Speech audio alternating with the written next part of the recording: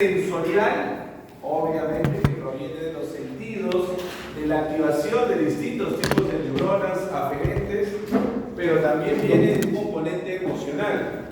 Cuando nosotros atendamos a un paciente adulto que tiene una experiencia previa negativa, que de repente se le ha atendido anteriormente y se le ha generado mucho dolor o ha tenido por ahí alguna complicación, ese componente emocional muy probablemente genere que el paciente perciba mayor intensidad del dolor, ¿no? Hay que tener en cuenta eso y en el caso que sea necesario va a ser importante poder utilizar, por ejemplo, algunos fármacos ansiolíticos como hemos visto anteriormente, ¿no? Midazolam, alprazolam, que son los que más frecuentemente se dan. Asimismo, jóvenes, recordar que existen tres tipos de dolor bien clasificados, ¿no? El primero es el dolor nociceptivo, que nos va a interesar más a nosotros. El dolor nociceptivo es aquel dolor que se origina periféricamente en los tejidos, aquel dolor que proviene de activación de los tejidos. ¿Ha realizado algún tipo de procedimiento quirúrgico o porque el paciente de repente ha recibido algún tipo de traumatismo o hay algún estímulo que está generando daño en los tejidos, ¿no? Ese dolor es el dolor nociceptivo, aquel que se origina directamente en los tejidos por la producción de distintos mediadores bioquímicos que vamos a ver ahora, bradiquinina, prostaglandinas, entre otros, ¿no? Dentro del dolor nociceptivo existe un subtipo especial que es el dolor inflamatorio. Y ese es el más importante para nosotros, porque nosotros en odontología siempre vamos a tratar condiciones de dolor, pero dolor asociado a inflamación, dolor asociado con inflamación. El segundo tipo de dolor es el dolor neuropático, que hemos visto previamente en un seminario. ¿Se acuerdan cuál será un ejemplo característico del dolor neuropático? El dolor por neuralgia del trigémino. Un dolor diferente, ¿no? A diferencia del nociceptivo que se origina directamente en ese tejido que está siendo traumatizado, el dolor nociceptivo se origina en la misma fibra nerviosa, en la misma estructura nerviosa. Puede ser a nivel del sistema nervioso central, donde se origina el nervio, ¿se acuerdan? Puede ser en el núcleo, donde se origina el nervio trigémino, o puede ser en alguna de las partes periféricas del nervio. Pero el dolor neuropático se origina directamente en la estructura nerviosa. Y tenemos un tercer tipo de dolor, que es el dolor nociplástico, que se conoce como dolor fantasma. ¿Les ha pasado alguna vez, jóvenes, a ustedes que se han quemado con algo, realmente directamente con fuego, o han cogido algo muy caliente? ¿Les ha pasado alguna vez? Pero una quemadura buena, no hablamos de algo caliente, no, algo más o menos. ¿Les ha pasado alguna vez? ¿Qué pasa cuando nos quemamos, no? Tenemos un primer estímulo que nos hace retirar la parte del cuerpo. Luego nos lavamos, tratamos de aliviar el dolor, pero ¿qué pasa? Pasan unos segundos y luego esos segundos, ¿qué sucede?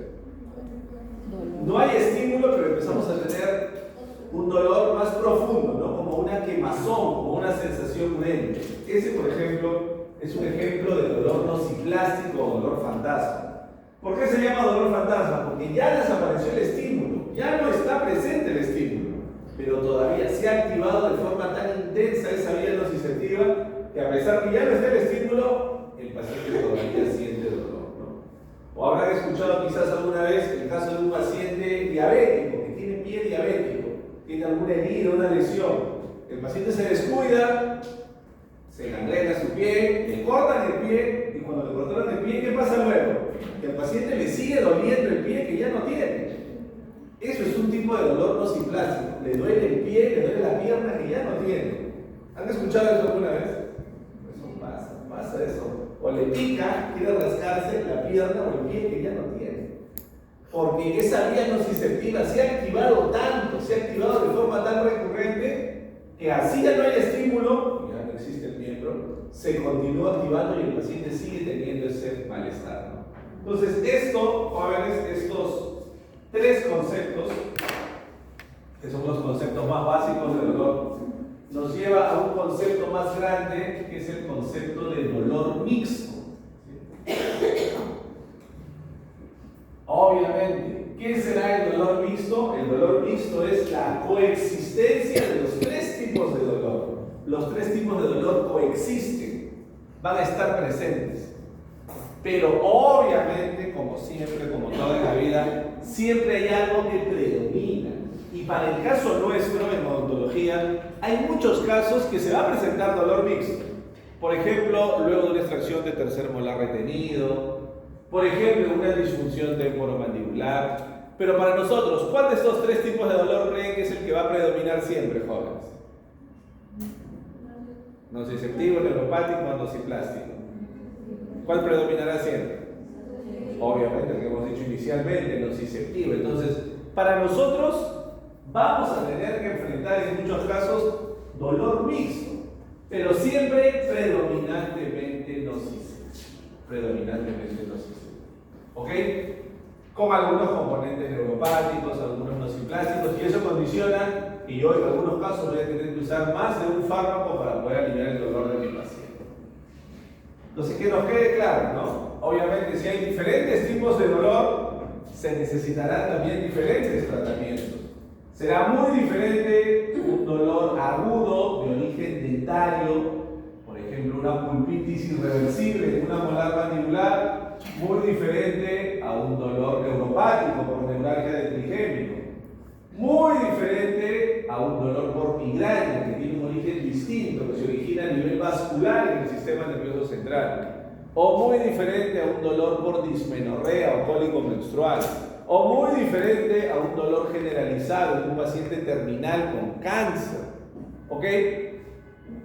Entonces, cada tipo de dolor requiere un tratamiento distinto. Para lo nuestro, en odontología, lo que más vamos a utilizar, debido a que el dolor va a ser predominantemente nociceptivo, dolor inflamatorio, dolor e inflamación, lo que más vamos a usar nosotros en el 99% de casos es antiinflamatorios no esteroideos. Los fármacos más selectivos para tratar el dolor en odontología son los AINES, los antiinflamatorios no esteroideos. Ibuprofeno, diclofenaco, ketoprofeno, meloxicam, hidroxil, que vamos a ver ahora con más detalle. ¿Ok? ¿Por qué? Porque nosotros vamos a tratar siempre dolor asociado a inflamación, dolor de tipo inflamatorio. Y para eso lo que mejor funciona son los AINES. Solamente en casos muy excepcionales de algunos pacientes alérgicos a los AINES o que tengan algún tipo de contraindicación para el uso de AINES, podemos pensar en otras alternativas. Pero si no es así, por ejemplo, de ustedes, ¿no? Somos acá 20 personas. ¿Cuántos de ustedes son alérgicos a los AINES? ¿Alguien de ustedes es alérgico a los AINES? Es una alergia frecuente en la población, pero su frecuencia está por debajo del 5% de la población. Entonces es una alergia baja. Pero puede estar presente. Solo en esos casos que el paciente es alérgico a los AINES, escogeremos otras alternativas. Vimos eso anteriormente, ¿no? Por ejemplo, en la neuralgia del trigémino. ¿Cuál es el fármaco más efectivo en la neuralgia del trigémino? ¿Qué fármaco funciona mejor? ¿Se acuerdan? La carbamazepina, el más efectivo, como el que se tiene más experiencia. ¿Pero qué problema tiene la carbamazepina? ¿Se acuerdan? ¿Qué problema tiene la carbamazepina? Causa muchos efectos adversos a nivel digestivo, a nivel hepático, en el sistema nervioso central. Es un fármaco muy efectivo, pero muy complicado en el uso a largo plazo. ¿Y el paciente con neuralgia tomará el fármaco a corto plazo o a largo plazo? Tiene que tomar el fármaco de por vida, ¿no? La neuralgia es una condición crónica. ¿Qué otras opciones había, se acuerdan? Gabapentina, pregabalina. Entonces, el tratamiento va a ser diferente según el tipo de dolor que yo deseo aliviar en mi paciente, ¿no? Lo demás ya escapa del manejo propiamente odontológico. Recordar que siempre, en general, desde hace muchos años, cuando hablamos en general en el ámbito médico de manejo del dolor agudo, un modelo característico del dolor agudo es dolor por extracción dental. Pero no una extracción de cualquier pieza dentaria, sino dolor por extracción de un tercer molar impactado. Es un modelo característico de dolor agudo. Dolor en cirugía de tercer molar impactado, ¿no? Por eso es que muchos fármacos, y van a ver ustedes muchos artículos, vamos a estudiar sobre este tema. A ver, todo se inicia, no sé si, bueno, en fisio creo que en fisio tienen solamente 1 hora de teoría, creo, ¿no? 1 hora de teoría y 2 horas de práctica, ¿verdad? Un poco corto el tiempo. Entonces, existe una forma de entender cómo se procesa el dolor. Primero, entender que el dolor se inicia aquí, periféricamente, en los tejidos, por algunos mediadores bioquímicos que se van a liberar desde ese tejido que está siendo traumatizado. Hay tres mediadores bioquímicos importantes. Primero, la bradiquinina, que vemos acá, BK, bradiquinina. Luego tenemos a las prostaglandinas y también a los leucotrienos. Son los tres mediadores bioquímicos que van a liberar los tejidos. Ese tejido con pulpitis, ese tejido al que yo le he hecho una incisión, una osteotomía para extraer mi tercer molar, ese tejido que estoy traumatizando va a liberar estos mediadores bioquímicos. ¿Sí? Esos mediadores bioquímicos se encargan de activar a esa primera neurona. Esa primera neurona se activa, se produce un potencial de acción, ese potencial de acción se conduce hasta el asta posterior de la médula espinal. Como ven ustedes, ingresa por el asta posterior de la médula espinal y aquí establece una primera sinapsis. ¿Qué se necesita, jóvenes, para que una neurona active a la siguiente neurona? ¿Qué se necesita? ¿Qué debe haber en esa sinapsis? Debe haber neurotransmisores, se tienen que liberar neurotransmisores. Existen dos neurotransmisores selectivos para el dolor que son glutamato y sustancia P. Los dos neurotransmisores más importantes para la conducción del dolor. Entonces, esta primera neurona, que periféricamente fue activada, ¿no? Es como, no sé, imagínense, ¿no? Es como que yo le quiero decir algo a Nicole que está al fondo, ¿no? Entonces, le digo a Jennifer, escondidita, y dile algo a Valentino. Y que Valentino vaya y le diga algo a Nicole. No son así, vías que van a ir en el camino. La primera estación sensorial es en el asta dorsal de la médula espinal. Esa neurona libera glutamato y sustancia P, ¿no?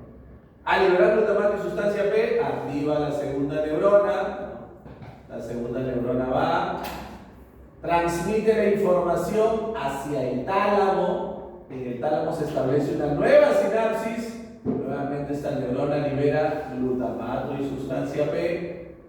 Y esa información va a ser conducida finalmente hasta la corteza cerebral. Recién cuando la información llega a la corteza cerebral, el paciente va a identificar claramente: me duele el premolar o la molar, superior, inferior, izquierda, derecha. Recién cuando la información llega aquí, el paciente tiene claro las características del dolor. ¿Se entienden, jóvenes? ¿Se entienden? Entonces, tenemos en rojo las vías ascendentes que conducen el dolor. ¿Cómo se conduce el dolor? Desde que se inició en los tejidos hasta que el paciente identifica claramente las características del dolor. Pero como ustedes recordarán, jóvenes, en nuestro organismo todo siempre busca el equilibrio, ¿no? Todo siempre busca el equilibrio. Así como teníamos en la parte del sistema nervioso autónomo, ¿se acuerdan? Teníamos sistema nervioso simpático y también había división parasimpática. En el sistema nervioso central había neurotransmisores de tipo excitatorio y neurotransmisores de tipo inhibitorio. Entonces, si yo tengo aquí en color rojo las vías ascendentes que conducen el dolor, ¿qué más creen que debe tener también nuestro organismo para compensar esto? Tendrá vías descendentes. ¿Y qué harán esas vías descendentes? Van a inhibir el dolor, correcto. Entonces tenemos esto que está aquí en azul. Tenemos algo que en su conjunto se conoce como sistema descendente inhibitorio del dolor. Sistema descendente inhibitorio del dolor. Que tiene a su vez dos componentes, ¿no? El sistema monoaminérgico y el sistema de los péptidos opioides endógenos. ¿Sí? Como su nombre indica, es un sistema descendente. Parte desde la corteza parietal y va a descender una primera prolongación neuronal hasta el tallo cerebral y una segunda prolongación neuronal hasta el asta posterior de la médula espinal. El sistema monoaminérgico es el primero que vemos acá.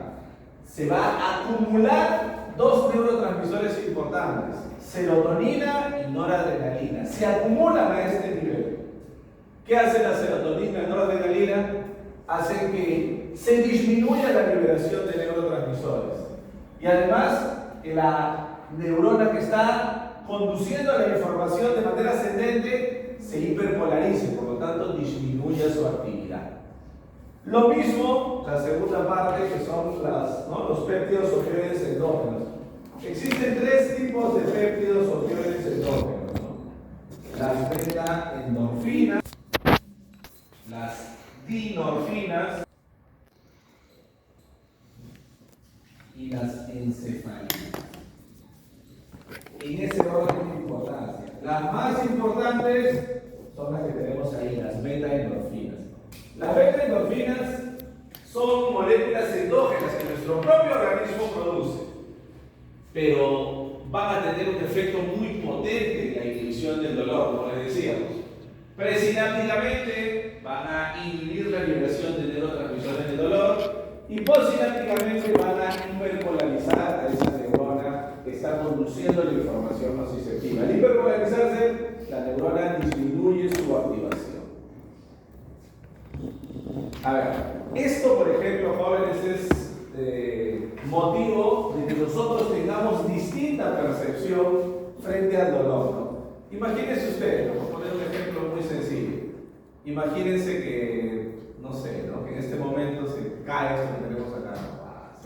Se cae este ducto de aire, se cae encima de Lucy, de Irene, de Jason, de Marcelo y de Yanela. Se cae encima de los cinco, ¡pum!, les cae encima de la cabeza. Los cinco tendrán la misma percepción del dolor, les dolerá igual a los cinco. Cada uno de nosotros tiene una percepción del dolor distinta, ¿no? De repente a Lucy y a Nayen les duele mucho, de repente a Jason y a Marcelo no les duele casi nada, y de repente Yanela se desmaya del dolor, ¿no? Todos tenemos una percepción muy distinta del dolor, y eso es principalmente en parte porque este sistema todos los tenemos desarrollado de una forma distinta, ¿no? Hay personas que tienen el sistema descendente inhibitorio muy desarrollado, por eso es que fácilmente no perciben el dolor, ¿no? Entonces, acá nos vamos imaginando, jóvenes, dónde yo podría actuar si yo quisiera bloquear el dolor o reducir la percepción del dolor. Por ejemplo, ¿qué harían ustedes si pudieran diseñar un fármaco para que bloquee el dolor? ¿Dónde nos dirigiríamos? ¿En qué punto? ¿Qué haríamos? Por ejemplo, muy bien Camila, por ejemplo, inhibir la formación de prostaglandinas, porque recordemos que de estos tres mediadores, los más importantes son las prostaglandinas, los más importantes, los más numerosos, los más importantes, los que actúan en todo nuestro cuerpo. Por ejemplo, los AINES que vamos a ver ahora, su principal mecanismo de acción es inhibir la formación de prostaglandinas. Algunos AINES, vamos a ver, también inhiben la bradykinin y algunos AINES también inhiben la formación de leucotrienes. Pero en general su principal mecanismo es inhibir la formación de prostaglandina. ¿Qué más podríamos hacer para reducir la percepción del dolor? Lucy, ¿qué más podríamos hacer?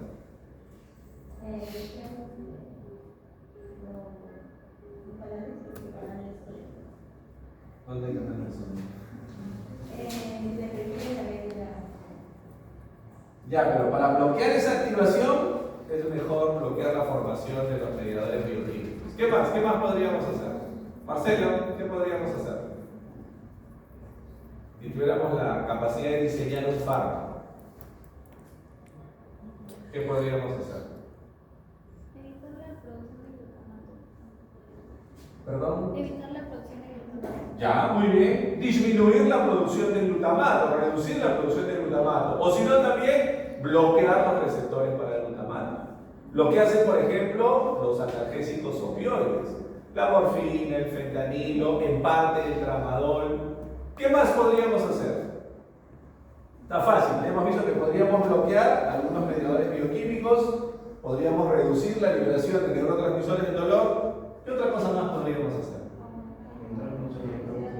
Aumentar la actividad de la serotonina, de la noradrenalina, aumentar la liberación de las beta-endorfinas, y eso lo hacen algunos opioides como el tramadol, que vamos a ver ahora en el seminario, ¿no? Entonces, yo puedo actuar en distintos tipos, en distintos puntos, ¿no? Por eso, por ejemplo, si yo combino un AINE más un opioide, voy a tener un mecanismo de sinergismo. ¿De qué tipo será el sinergismo? De potenciación, porque el AINE va a inhibir la formación de prostaglandinas y el opioide va a actuar principalmente en el sistema nervioso central. Muy bien, jóvenes. Esto lo vamos a ver ahora con un poquito más de detalle de lo que está ahí en el gráfico, ¿no? Aquí vamos a ver cómo se origina la producción de prostaglandinas. ¿De dónde se originan las prostaglandinas y por qué es importante entender cómo los distintos fármacos van a tener también diferente afinidad para bloquear las prostaglandinas? Entonces tenemos lo siguiente. A ver, tenemos lo siguiente. Todo se inicia, como ven ustedes ahí, todo se inicia con la actividad. Tenemos acá primero los fosfolípidos de membrana, ¿no? Fosfolípidos de membrana. Todo se inicia por una primera enzima que se llama fosfolipasa A2. Esta fosfolipasa A2 va a hidrolizar al principal fosfolípido para esta vía metabólica, que es el ácido araquidónico. Sí, el ácido araquidónico. Lo que vemos ahí, la fosfolipasa A2 extrae el ácido araquidónico. Una vez que el ácido araquidónico ha sido extraído de la membrana, puede seguir dos caminos. El más importante, que es metabolizarse por la enzima ciclooxigenasa, y otro menos importante, que es metabolizarse por la enzima 5-lipooxigenasa. Que lo ven ahí, no está desarrollado. Eso es lo que queremos completar acá en el campo. ¿Qué sucede a través de esta vía, que no está desarrollada acá, de esta vía de la 5-lipooxigenasa? Que cuando este ácido araquidónico es metabolizado por la vía de la 5-lipooxigenasa, da lugar a la formación de unos mediadores bioquímicos, que vimos hace un momento, llamados leucotrienos. ¿Qué hacen los leucotrienos? Aumentan la quimiotaxis de los neutrófilos, ¿sí? Van a aumentar la extravasación de fluido y además producen vasodilatación. Entonces, los leucotrienos lo que van a hacer de forma conjunta es amplificar la respuesta inflamatoria, generar más inflamación. Aumentan la quimiotaxis de neutrófilos, hay vasodilatación, extravasación de fluidos, aumentan la respuesta inflamatoria. Pero lo más importante es lo que tenemos a este lado, para la vía de la ciclooxigenasa.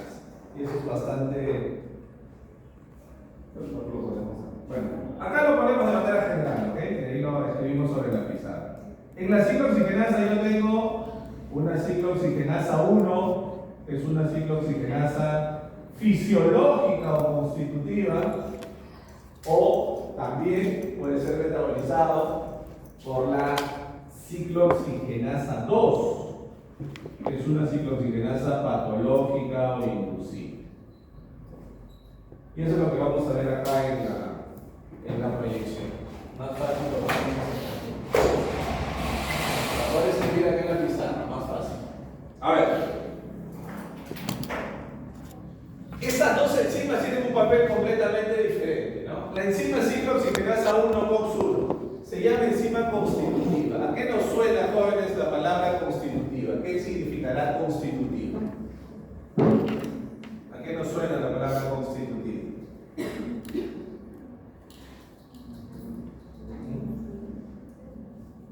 ¿Qué será constitutivo? Araceli, ¿qué será constitutivo? Que forma parte de algo, ¿no? Constitutivo significa eso, que forma parte de algo. La COX-1 es una enzima que tenemos normalmente en la mayoría de nuestros tejidos. En la mayoría de nuestros tejidos normalmente está presente la COX-1. Por ejemplo, lo tenemos a nivel gastrointestinal. ¿Qué pasa cuando el ácido araquidónico se metaboliza por esta enzima ciclooxigenasa 1 a nivel digestivo? Se forman prostaglandinas, particularmente prostaglandina E, con un papel protector. ¿Qué es lo que va a hacer? Aumenta la formación de mucocitoprotector. Aumenta la formación de mucocitoprotector. Mucocitoprotector que va a proteger la mucosa del estómago para que no sea dañada por el ácido clorhídrico. ¿Cuál es la finalidad? Mantener mantener la integridad de la mucosa gastrointestinal. Que ese mucosito protector proteja la mucosa y no sea dañada por el ácido clorhídrico. También tenemos COX-1 a nivel de las plaquetas. ¿Qué se forma a nivel de las plaquetas? La COX-1 va a producir la formación, ¿se acuerdan? Lo vimos hace un par de semanas, de tromboxano A2. Tromboxano A2 que produce agregación plaquetaria, que las plaquetas se unan entre sí unas a otras, para detener la pérdida de sangre, para reducir la pérdida de sangre. Pero también tenemos COX-1 a nivel renal. Se produce prostaglandina E, que lo que hace es mantener la tasa de filtración glomerular. Es decir, de forma sencilla, mantener a los riñones funcionando normalmente. Gracias a la prostaglandina E que se forma a nivel renal, se mantiene la tasa de filtración glomerular. Todos ellos, como ven ustedes, efectos fisiológicos, efectos protectores. Pero en contraparte a eso, también tenemos una enzima COX-2, que es una enzima patológica o inducible. Si constitutivo significa que forma parte de algo, que forma parte normal de nuestros tejidos. ¿Qué significará inducible, jóvenes? Que no forma parte de los tejidos. No, algo un poquito más complejo. Que se requiere un estímulo, algo que induzca, que promueva su formación. Se requiere un estímulo que induzca su formación. Por ejemplo, realizar un procedimiento quirúrgico, hacer una incisión, un colapso, una osteotomía, es un estímulo, un traumatismo que yo realizo en los tejidos y eso va a promover la formación de COX-2.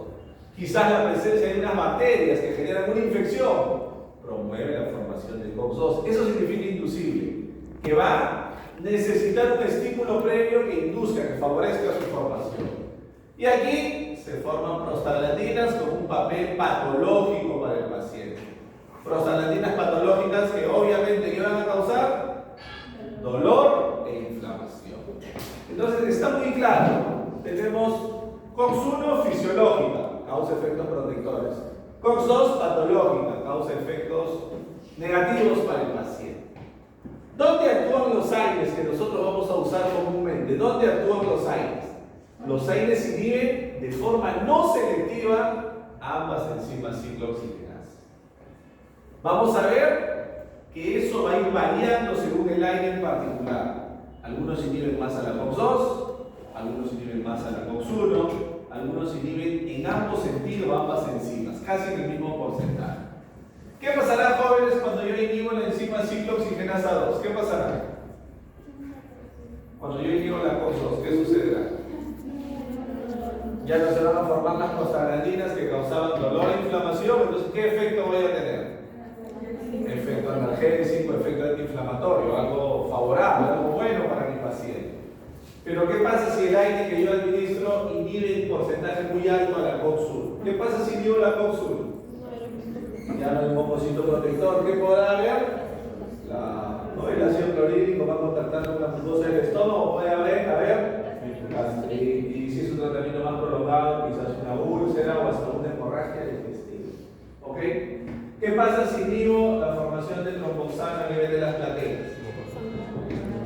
Se prolonga el tiempo de sangrado. Si he hecho una cirugía de mediana complejidad, mayor riesgo de hemorragia.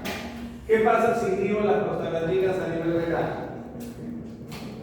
Disminuye la función renal, efecto potencialmente nefrotóxico. Entonces, teóricamente, ¿qué me conviene, jóvenes? ¿Qué me conviene más? ¿Inhibir COX-2, inhibir COX-1, inhibir ambas en el mismo porcentaje? ¿Qué es lo que me conviene más? Inhibir más a la COX-2 para tener los efectos que yo deseo, analgésico antiinflamatorio, y muy poco de actividad contra COX-1 para tener bajo riesgo de efectos adversos. Eso es lo que vamos a ver ahora. Eso nos lleva, solo para aprovechar acá el gráfico, por si acaso lo vamos a ver la próxima semana. Los corticoides tienen muchos mecanismos de acción. Los corticoides son los antiinflamatorios más potentes que existen y uno de sus mecanismos de acción es el que vemos acá en la imagen.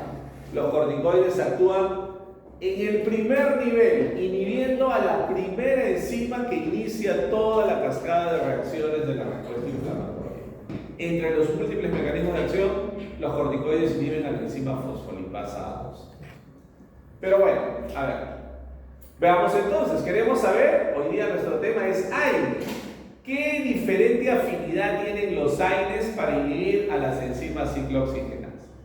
Tenemos un primer grupo de AINES que son inhibidores preferenciales de COX-1.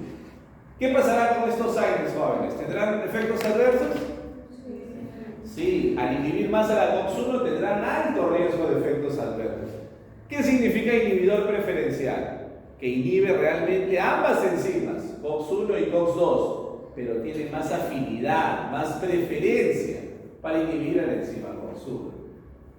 De esos tres efectos adversos potenciales que hemos visto, gastrolesividad, acción antiagregante y nefrotoxicidad, ¿cuál creen ustedes que se podrá producir incluso con una sola dosis del fármaco? La gastrolesividad. Ojo con eso. La gastrolesividad, jóvenes, se produce incluso con una sola dosis del fármaco. Se puede producir. Entonces, estos fármacos tienen tres grandes riesgos: altamente gastrolesivos, altamente nefrotóxicos y muy antiagregantes. Pero lo más peligroso de todos, el muy alto riesgo de gastrolesividad. ¿Quiénes están acá? Ketorolaco, naproxeno, ketoprofeno. Fármacos que en el primer mundo, no como les decía la vez pasada, por decirlo bonito, nosotros somos países en vías de desarrollo, camino que nunca se termina de caminar, pero ahí estamos caminando, somos países en vías de desarrollo. En los países del primer mundo, jóvenes, hace 10, 15, 20 años que no se usa ketorolaco, naproxeno muy poco, casi no se usa. Ketoprofeno no, sino se usa su versión mejorada, que vamos a ver ahora, que es el dexketoprofeno. Entonces, mucho cuidado con eso. Son fármacos que nunca debemos usar en un paciente que me diga: doctor, sí, yo tengo antecedentes de gastritis. Sí, doctor, hace un año me diagnosticaron una úlcera y ya recibí tratamiento. Sí, doctor, yo tengo Helicobacter pylori y he estado con un problema crónico de gastritis. Jamás en esos pacientes, porque vamos a agravar su condición preexistente. Jamás en un paciente adulto mayor, jamás. Los adultos mayores son muy susceptibles a la gastrolesividad de los fármacos. Imagínense ustedes que tenemos un paciente que tuvo un infarto y el paciente toma warfarina y viene a la consulta por un dolor pulpar y le damos naproxeno. ¿Qué puede pasar en ese paciente que toma warfarina y yo le doy naproxeno? ¿Qué creen que puede pasar? ¿Dónde hemorragia? Si hemos dicho, el principal riesgo es una hemorragia digestiva. Ese paciente que toma warfarina, yo le doy ketorolaco, naproxeno, ketoprofeno, 99% de seguro que no es una hemorragia digestiva. Entonces, mucho cuidado. Nunca en pacientes que reciben terapia anticoagulante. Nunca. Son extremadamente peligrosos. No se les puede llegar a causar incluso la muerte. El segundo grupo son los inhibidores no preferentes de ciclo oxigenasa. ¿Qué significa inhibidores no preferentes? Que inhiben en porcentaje similar a ambas enzimas. Por lo tanto, tendrán un aceptable, un moderado riesgo de gastrolesividad. También moderado riesgo de nefrotoxicidad y también moderada acción antiagregada. Aquí tenemos tres fármacos. ¿Cuál conocen de este grupo, jóvenes? Obviamente el ibuprofeno, ¿no? El más destacado también, el que va a ser por ahí de mayor utilidad para nosotros. En algunos casos importantes, lo vamos a ver con detalle, vamos a poder usar ibuprofeno. ¿Ok? Vamos con la tercera familia. La tercera familia son los que se van acercando un poco a lo que yo deseo. Se acercan a lo que yo deseo, a inhibir con mayor afinidad la COX-2 e inhibir muy poco a la COX-1, ¿no? Inhibidores preferenciales de COX-2. Inhiben ambas enzimas, pero tienen mayor afinidad, mayor preferencia para inhibir a la enzima COX-2. Por lo tanto, ¿cómo será su riesgo de gastrolesividad, jóvenes? Bajo. Son fármacos que tienen bajo riesgo de gastrolesividad. Fármacos que tienen baja posibilidad de aumentar el tiempo de sangrado, bajo riesgo de nefrotoxicidad. Y aquí tenemos fármacos muy conocidos, ¿no? ¿Cuál conocemos más de este grupo, jóvenes? Obviamente diclofenac. Diclofenac, quizás por ahí alguien ha escuchado meloxicam. Importante, por ejemplo, que no solamente interesa la farmacodinámica, no solamente lo que estamos viendo, que es mecanismo de acción, sino interesa también la farmacocinética. De estos tres, los que vamos a usar nosotros más son diclofenaco y meloxicam. Diclofenac y meloxicam. ¿Por qué? Porque diclofenac y meloxicam tienen la capacidad de penetrar en el tejido inflamado. Penetran y se acumulan en el tejido inflamado. Por eso son buenos analgésicos y buenos antiinflamatorios. A diferencia del clorlicinato de lisina, que si bien es cierto es más preferencial para inhibir COX-2, clorlicinato de lisina no penetra bien en el tejido inflamado, no tiene la capacidad de acumularse en el tejido inflamado. Por lo tanto, ¿tendrá buena acción antiinflamatoria el clorlicinato de lisina? No, porque no penetra en el tejido inflamado. El clorlicinato de lisina es esencialmente analgésico, no tiene buena acción antiinflamatoria. Para nosotros que tratamos dolor por pulpitis, o dolor por extracción de un tercer molar, o dolor por un problema de articulación temporomandibular, ¿pues eliminar clorlicinato de lisina? No, pero nosotros necesitamos efecto analgésico y efecto antiinflamatorio, necesitamos ambas. Y luego viene algo muy interesante, jóvenes, algo más interesante todavía, ¿no? A inicios de los 90 del siglo pasado, la industria farmacéutica centró su atención en esto, ¿no? Porque esto se descubrió recién, jóvenes, a inicios de los 90 del siglo pasado, o sea, más o menos hace 30 años. Entonces, la industria farmacéutica centró su actividad en esto. Dijo, nos conviene producir un fármaco que sea totalmente selectivo para inhibir a la COX-2, totalmente selectivo. Pero como todo en la vida, pues, jóvenes, nunca es bueno irse al extremo, ¿no? ¿Qué pasó entonces? Que si yo veo qué sucede a nivel cardiovascular, ¿qué sucede a nivel cardiovascular? Yo tengo que a nivel cardiovascular tenemos, ya lo decíamos hace un momento, primero nuestro precursor, que es el ácido araquidónico, ¿sí? Puede ser metabolizado, decíamos, por la ciclooxigenasa 1 que tengo en las plaquetas. Y al ser metabolizado por la ciclooxigenasa 1 de las plaquetas, se forma tromboxano A2, que hemos dicho, el tromboxano A2 promueve la agregación plaquetaria y además el tromboxano A2 también tiene efecto vasoconstrictor. Pero algo importante que sucede a nivel cardiovascular es que este ácido araquidónico también puede ser metabolizado por la enzima ciclooxigenasa 2 que se encuentra en el endotelio vascular, se encuentra a nivel endotelial. Y a este nivel produce prostaglandina I2, que se llama prostaglandina I2 o también se conoce como prostaciclina. ¿Qué efecto tiene esta prostaglandina? El efecto opuesto al tromboxano. La prostaglandina I2 es un antiagregante plaquetario y es un vasodilatador.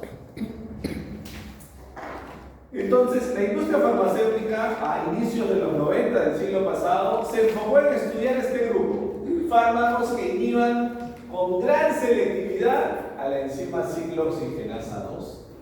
Si yo lo hablo de forma general, excelente, ¿no? Porque inhibo de forma muy selectiva la COX-2, ¿qué va a pasar? Inhibo las prostaglandinas hematológicas, tengo efecto analgésico, antiinflamatorio. Pero si me voy a lo específico, ¿qué sucede a nivel cardiovascular? ¿Qué sucederá acá, jóvenes, si yo inhibo de forma significativa, muy selectivamente a la ciclooxigenasa 2? ¿Qué pasa si inhibo de forma muy selectiva a la COX-2? ¿Qué pasará? ¿Qué sucederá? Andy, ¿qué sucederá si inhibo de forma muy selectiva a la COX-2? No se formará prostaglandina I2, perdemos al antiagregante natural, ya no hay vasodilatación. ¿Hacia dónde se irá todo el ácido araquidónico? ¿Hacia dónde se irá? Hacia la única vía que está activa, que es la vía de la ciclooxigenasa 1. ¿Qué pasará? Mayor formación de tromboxano, mayor agregación plaquetaria. ¿En qué se traduce esto, jóvenes? ¿Qué produce ahí? Mayor riesgo de trombosis, mayor riesgo de trombosis. Entonces, ojo con eso, es un efecto adverso importante que tienen los inhibidores totalmente selectivos de COX-2.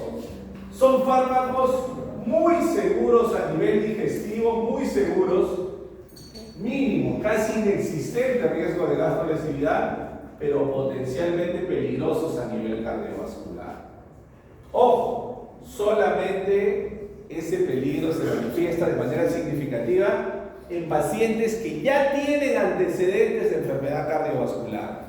Pacientes que han tenido un infarto, o han tenido un accidente cerebrovascular, o han tenido algún tipo de trombosis.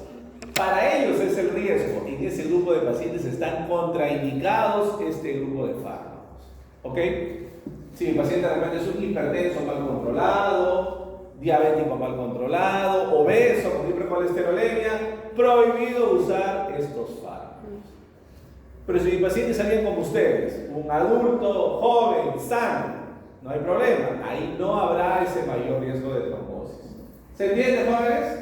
Entonces, esta precaución es sobre todo para pacientes con hipertensión mal controlada, diabetes mal controlada, con antecedentes de enfermedad trombótica. Aquí están los COXIP, ¿no? Que van a ustedes ahora a desarrollar ampliamente en su seminario, ¿no? ¿Sí? De estos 3 COXIP, vamos a ver que el más importante para nosotros es el tonicoxib, el que se va a adecuar más a los procedimientos que nosotros realizamos en odontología. Muy bien, entonces si yo veo la distinta afinidad que tienen los AINES, vemos cuál es el AINE que tiene mayor afinidad por la ciclooxigenasa 1, ketonolaco. ¿Y qué produce al ser más afín por la COX-1? Mayores efectos adversos a nivel gastrointestinal. Y si nos vamos al otro extremo, fármacos selectivos por ciclooxigenasa 2. ¿Qué sucede cuando tenemos que inhibir de forma muy selectiva la COX-2? Mayores efectos adversos a nivel cardiovascular. Lo mismo tenemos en esta publicación del 2016, ¿no? Nuevamente, mayor selectividad por la COX-1. ¿Cuál es el fármaco que tiene mayor selectividad por la COX-1? Ketorolaco. Y no por poquito, ¿no? ¿Cómo ven ustedes? De lejos, ¿no? De lejos, de lejos. Entonces, un fármaco muy gastrolesivo, muy antiagregante, muy nefrotóxico, que ya no deberíamos utilizar. Lo mismo nos dicen en esta otra publicación del 2017, ¿no? Si me voy mucho hacia la COX-1, inhibiendo las prostaglandinas que provienen de la COX-1, tengo problemas gastrointestinales. Si me voy al otro extremo, a inhibir las prostaglandinas sintetizadas por la COX-2, mayor riesgo a nivel cardiovascular. Entonces, mucho cuidado con eso. Esto nos lleva, jóvenes, a algo muy interesante, ¿no? En el año 2002 se descubrió esta tercera enzima, que es la enzima ciclooxigenasa 3. La enzima ciclooxigenasa 3 es una enzima que se expresa principalmente en el sistema nervioso central. ¿Qué sucede cuando la ciclooxigenasa 3 metaboliza el ácido araquidónico a nivel del sistema nervioso central? Se producen prostaglandinas que causan dolor y fiebre. Prostaglandinas que causan dolor y fiebre. Se descubrió este año 2002 que existe un fármaco. ¿Se acuerdan qué cosa es acetaminofén, jóvenes? Paracetamol, ¿no? Acetaminofén es paracetamol. Son sinónimos. Se descubrió que el acetaminofén o paracetamol es un inhibidor selectivo de ciclooxigenasa 3. Entonces, si el paracetamol inhibe ciclooxigenasa 3, ¿qué efectos tendrá el paracetamol? Analgésico y antipirético. Analgésico y antipirético. Entonces, ahí la pregunta, jóvenes, que lo ven claramente en el gráfico, ¿no? ¿El paracetamol pertenece al grupo de los AINES? ¿El paracetamol será un AINE? No, obviamente que no. Definitivamente no. Hasta antes de esta época, 2002, hasta antes de este tiempo, se tenía esa duda porque había ciertas similitudes. ¿Qué diferencias podrían establecer, jóvenes, ustedes entre AINES y paracetamol? Viendo el gráfico, ¿qué diferencias podemos establecer? Vanessa, a ver, Vanessa, una diferencia entre paracetamol y AINES. Una diferencia, lo que vemos ahí en el gráfico. Una de las muchas que podemos decir.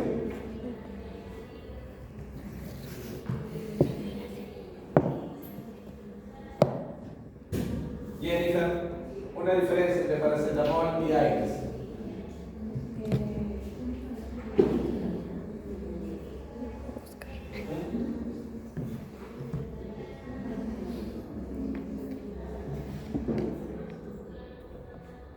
Nairem, una diferencia entre paracetamol y AINES.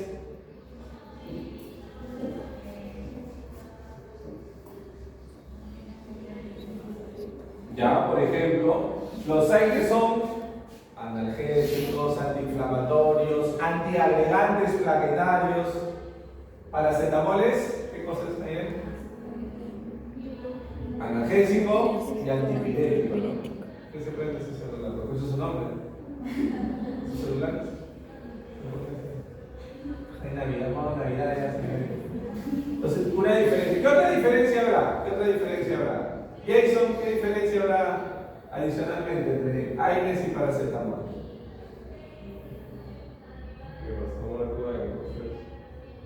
¿Y los AINES?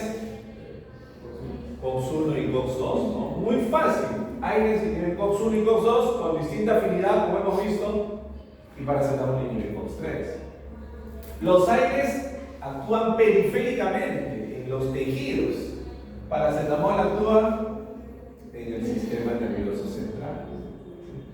Entonces, hay muchísimas diferencias que podemos establecer. Entonces, aquí viene la pregunta, ¿no? Si yo tengo un paciente, ese 1%, quizás menos de 1%, un paciente alérgico a los AINES, un paciente alérgico a los AINES, viene a la consulta con un cuadro de dolor de baja intensidad, ¿cuál debe ser mi primera opción para un paciente alérgico a los AINES con un dolor entre leve a moderado? ¿Cuál debe ser mi primera opción? Paracetamol podemos usar, jóvenes, hasta 4 gramos al día. Por ahí, si mi paciente tiene un dolor leve, muy leve, de baja intensidad, yo todavía podría usar la dosis mínima, que es 500 miligramos bioral cada 6 o cada 8 horas durante 2 o 3 días. La dosis mínima, si es un dolor leve de muy baja intensidad. Pero si fuera un dolor moderado, yo puedo usar 1 gramo por bioral cada 6 o cada 8 horas por un periodo de 4 o hasta 5 días.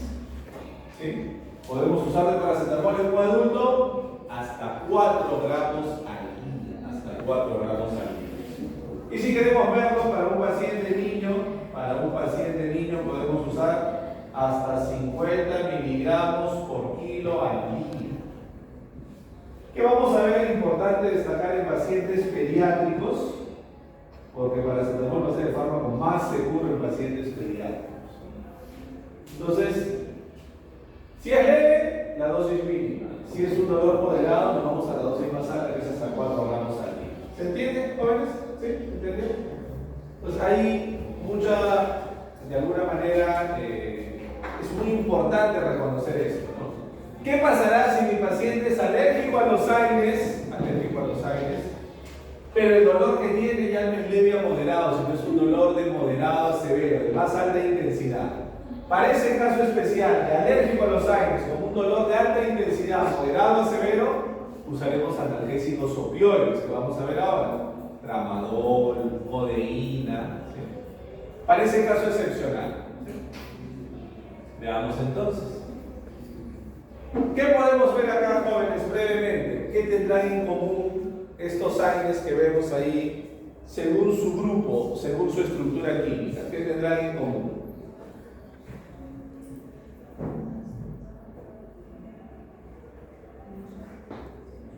Ácidos, ¿no? ¿Se dan cuenta? Derivados de ácidos carboxílicos, por ejemplo, tenemos la aspirina, el ácido acetilsalicílico, derivados de ácido acético. ¿Cuál conocen de estos fármacos, jóvenes? Diclofenaco, el más representativo.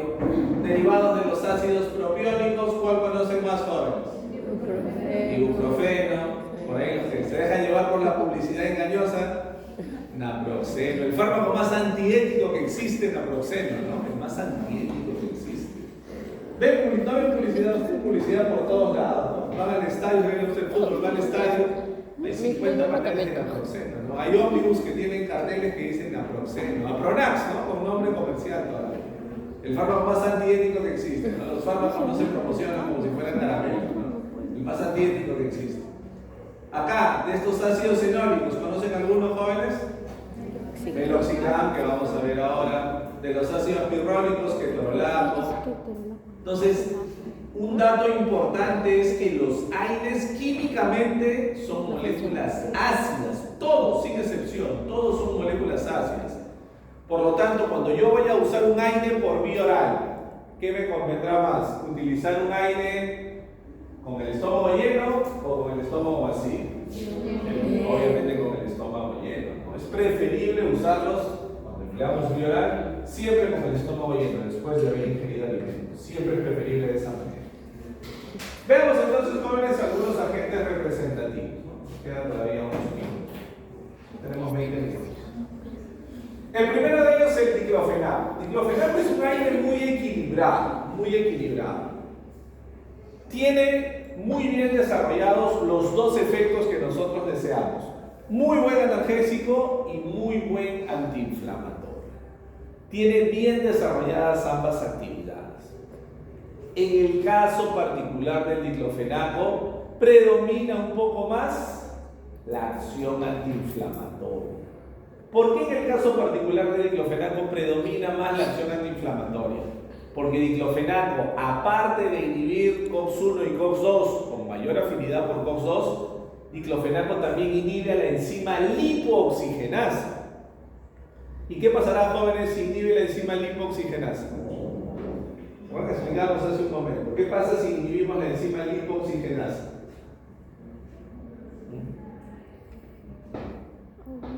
¿Qué pasará si inhibimos la lipooxigenasa? Gladys, ¿qué pasará, Gladys, si inhibimos a la enzima lipooxigenasa? Luciana, ya no se formarán leucotrienos. ¿Y los leucotrienos qué causaban? Inflamación, quimiotaxis, vasodilatación. Entonces, por eso el diclofenaco tiene muy bien desarrolladas ambas actividades, pero tiene mayor acción antiinflamatoria porque también inhibe la lipooxigenasa. Otra ventaja del diclofenaco: se acumula muy bien en el tejido inflamado, penetra muy bien y se acumula bien en el tejido inflamado, pudiendo persistir entre 8 a 12 horas. Y recordemos que es un aire que inhibe con mayor afinidad a la enzima COX-2. Inhibe con mayor afinidad a la COX-2. Diclofenaco también tiene una peculiaridad que la vamos a ver ahora, que es un fármaco muy dosis dependiente. Dosis dependiente significa que si yo quiero mayor actividad analgésica, mayor actividad antiinflamatoria, debo ir a la dosis máxima. Utilizar, cuando el caso lo amerite, utilizar una dosis de ataque o dosis de carga. Lo vamos a ver ahora que hablemos de la dosificación. Si te des cuenta que el diclofenaco es un fármaco con moderado riesgo de hepatotoxicidad. Tiene moderado riesgo de hepatotoxicidad. ¿Por qué? Porque el diclofenaco se metaboliza de forma amplia, de forma muy extensa a nivel hepático. Necesita un hígado sano para poder metabolizarse y posteriormente eliminarse por vía renal. Es un producto bastante versátil. Hay presentación en tabletas, en cápsulas, incluso hay presentación pediátrica.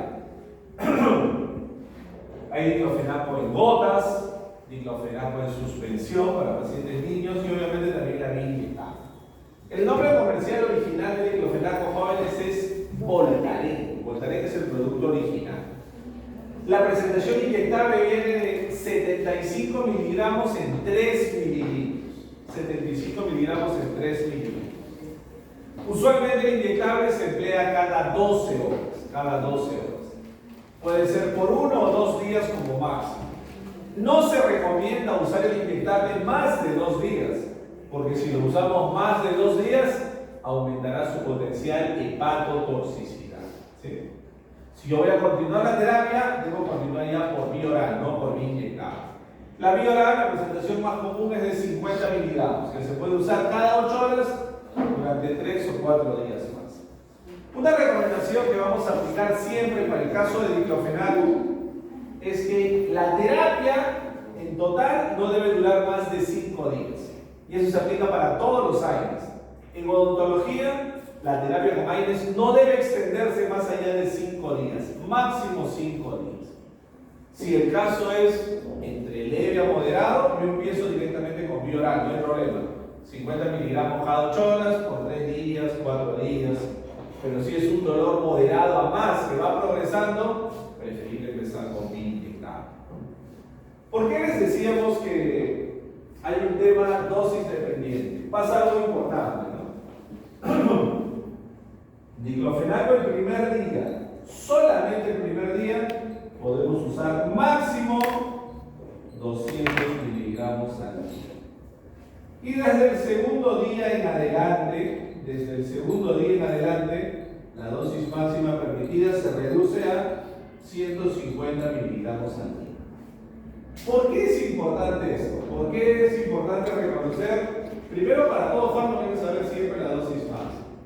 Porque, por ejemplo, de repente yo quiero empezar con vía intramuscular, pero mi paciente me acepta solamente una inyección, ya doctor, una, pero después yo hago una sola inyección. Entonces yo podría hacer lo siguiente: 75 miligramos por vía intramuscular y luego de 8 horas continúo con 50 miligramos por vía oral y luego de 8 horas más continúo con 50 miligramos por vía oral. ¿Cuándo tendríamos así el primer día, jóvenes? ¿Cuándo tendríamos el primer día? Tendríamos 175 miligramos. Y el segundo día continúo 50 miligramos cada 8 horas. 50 miligramos cada 8 horas serían 150 miligramos al día. Incluso si lo convencemos al paciente, pero necesita mayor cobertura, incluso solo el primer día, yo podría cortar el intervalo intramuscular y le podría mandar 2 intramusculares, ya no separadas 12 horas, sino separadas solamente 8 horas. Si es un caso de dolor agudo, un dolor agudo persistente, dolor asociado a inflamación, ¿cuánto le estaría dando el primer día, jóvenes? 200 miligramos. Y el segundo día ya continúo con lo convencional: 50 miligramos cada 8 horas por vía oral.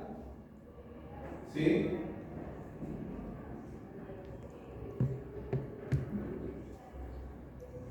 Respeto, el primer día máximo 200, del segundo día en adelante máximo 150. ¿Ok? Entonces, eso me permite, si yo quiero alcanzar el efecto máximo, alcanzar, como dice, ese efecto dosis dependiente. Alcanzo con las primeras dosis una concentración muy alta, lo que me permite que se acumulen los tejidos y alivie el dolor e inflamación. Pero digamos, doctor, mi paciente no quiere vía inyectable, tiene un dolor moderado a más, que va progresando, pero no quiere vía inyectable. Porque debe pasar eso muchas veces.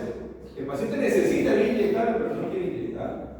¿Qué podemos hacer? Solamente el primer día, de forma excepcional, la primera dosis, yo le podría dar 2 tabletas juntas de 50 miligramos por vía oral. 2 tabletas juntas. Solo el primer día, solo la primera dosis.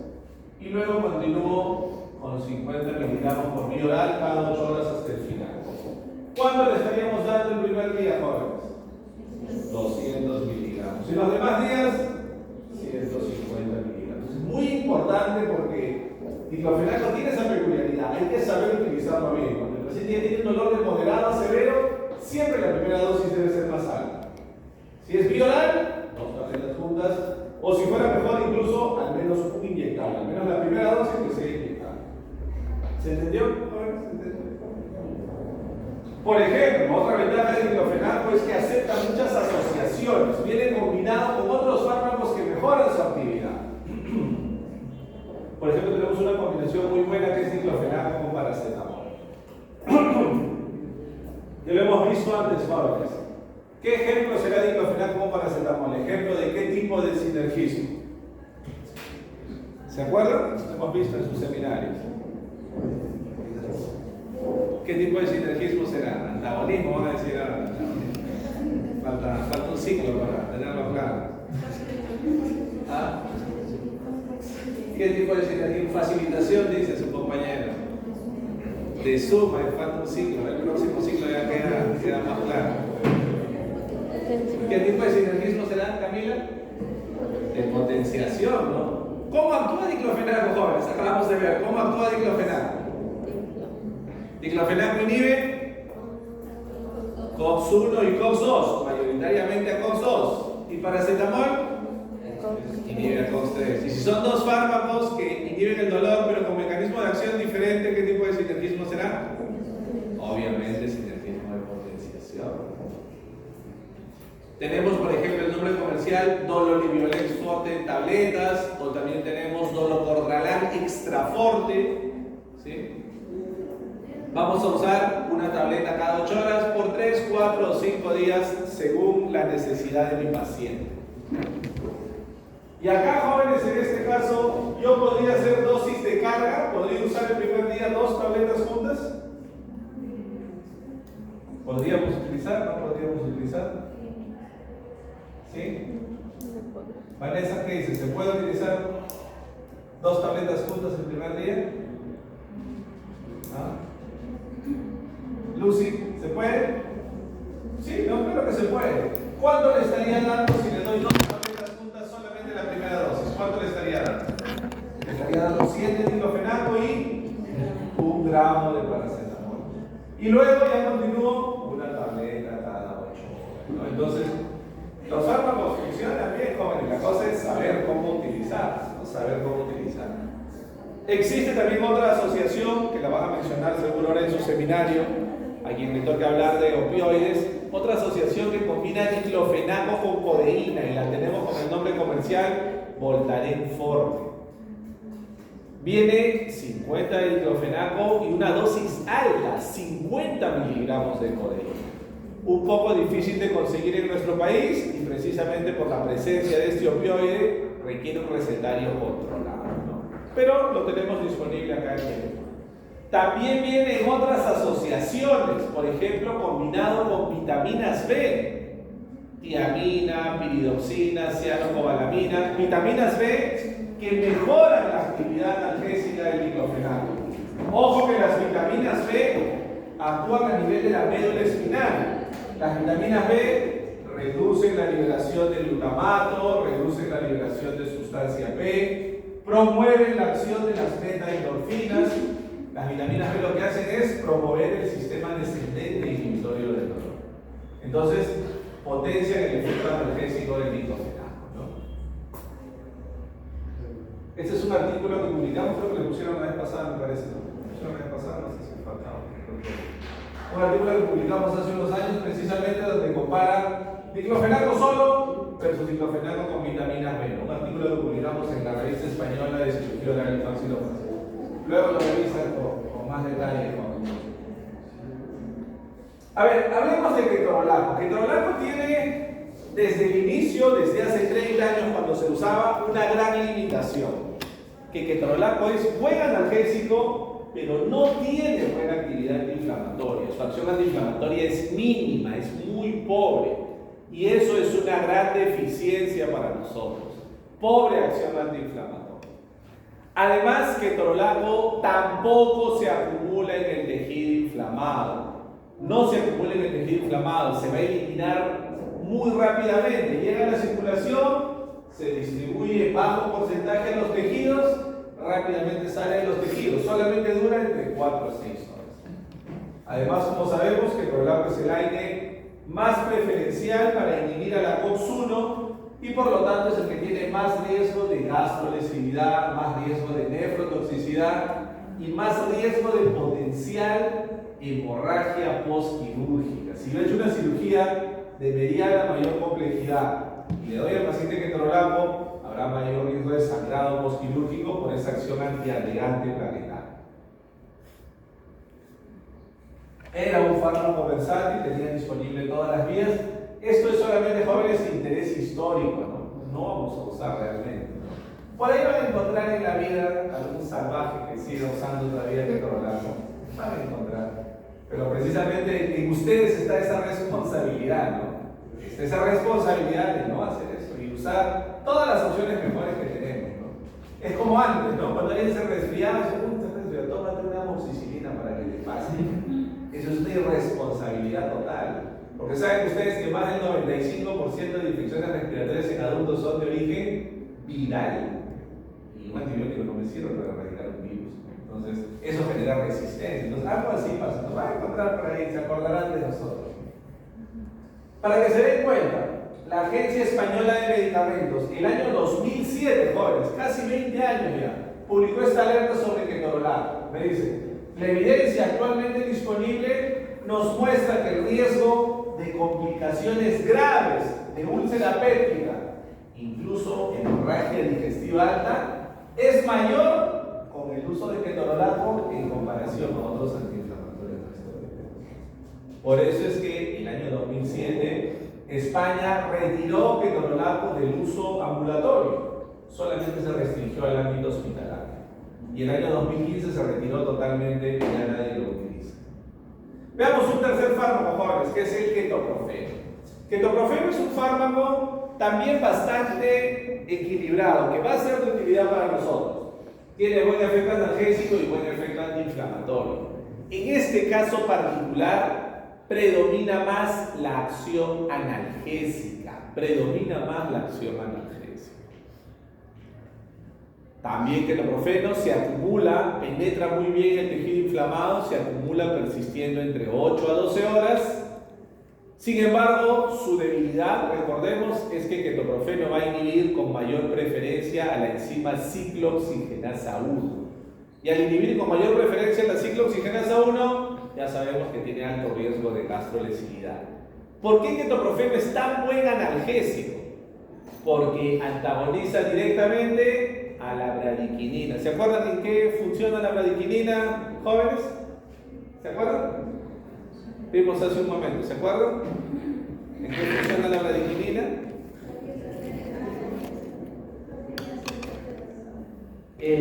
Uno de los primeros mediadores bioquímicos que activa la neurona aferente primaria. Muy bien. Uno de los primeros mediadores bioquímicos que activa la percepción del dolor. Por eso ketoprofeno, al bloquear directamente la bradiquinina, es muy buen analgésico, ¿sí? Ojo que ketoprofeno, de forma similar a diclofenaco, ketoprofeno también inhibe a la enzima lipoxigenasa. No tan bien como diclofenaco, pero también inhibe a la lipoxigenasa. Ketoprofeno también es un fármaco que se metaboliza extensamente a nivel hepático y también está disponible por todas las vías de administración.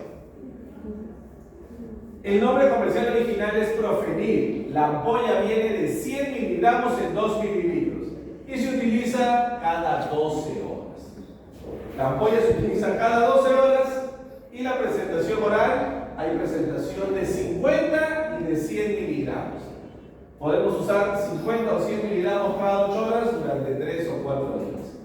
Pero si nosotros sabemos que ketoprofeno es inhibidor preferencial de COX-1, que tiene un elevado riesgo de gastrolesividad, ¿qué utilizarían ustedes, jóvenes? ¿50 o 100 miligramos? ¿Qué utilizarían ustedes? ¿100 o 50? 50, ¿no? De preferencia 50, porque acuérdense que a mayor dosis el fármaco pierde selectividad. Es más potente para su efecto, pero pierde selectividad. Y al perder selectividad habrá más riesgo de efectos adversos, más riesgo de gastrolesividad. Es lo que vemos de nuevo. Curioso, ¿no? Muy bien, a ver. Para terminar, jóvenes, para terminar.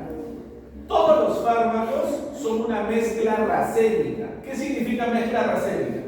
Mezcla racémica significa que si yo veo el fármaco molecularmente, tridimensionalmente, una parte del fármaco tiene un giro hacia la derecha y otra parte del fármaco tiene un giro hacia la izquierda. Todos los fármacos son 50% giro a la derecha, lo que se conoce como fracción dextro, y 50% giro a la izquierda, lo que se conoce como fracción leve. Los estudios realizados ya en fines del siglo pasado, se descubrió que todo lo bueno se debía a la fracción dextro, todo lo bueno. La capacidad de inhibir lipoxigenasa, de antagonizar a la bradiquinina, la capacidad de penetrar en los tejidos, de acumularse bien en los tejidos, se debía a la fracción dextro. Y todo lo malo, la gastrolesividad, la nefrotoxicidad, todo lo malo se debía a la fracción leve. Entonces, ¿qué harían ustedes, jóvenes, si tienen la capacidad de aislar estas moléculas? ¿Qué le damos al paciente? ¿El fármaco íntegro, todo ketoprofeno, o le damos solamente la fracción dextro? Obviamente la fracción dextro. Y esto se llama dexketoprofeno, que es lo que vamos a ver ahora. Dexketoprofeno. Dexketoprofeno tiene ese nombre comercial que es. no es nada más que la fracción buena, la fracción que tiene los efectos que yo deseo. La presentación inyectable viene de 50 miligramos en 2 mililitros y se va a usar cada 12 horas, 2 veces al día.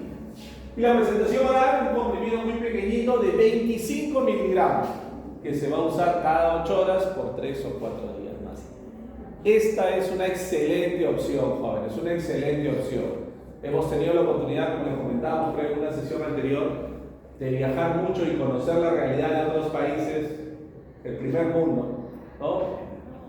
Europa, por ejemplo, España, Italia, ver cómo ahí uno de los fármacos más usados, no solo en odontología, ojo, sino en medicina en general, junto con lo que conocemos, diclofenaco, ibuprofeno, uno de los fármacos también muy usado es este dexketoprofeno, ¿no? Por esa actividad beneficiosa, minimizando el riesgo de efectos adversos, ¿no? Muy bien, vamos a sacarnos ahí, jóvenes, los demás que estén en la presentación.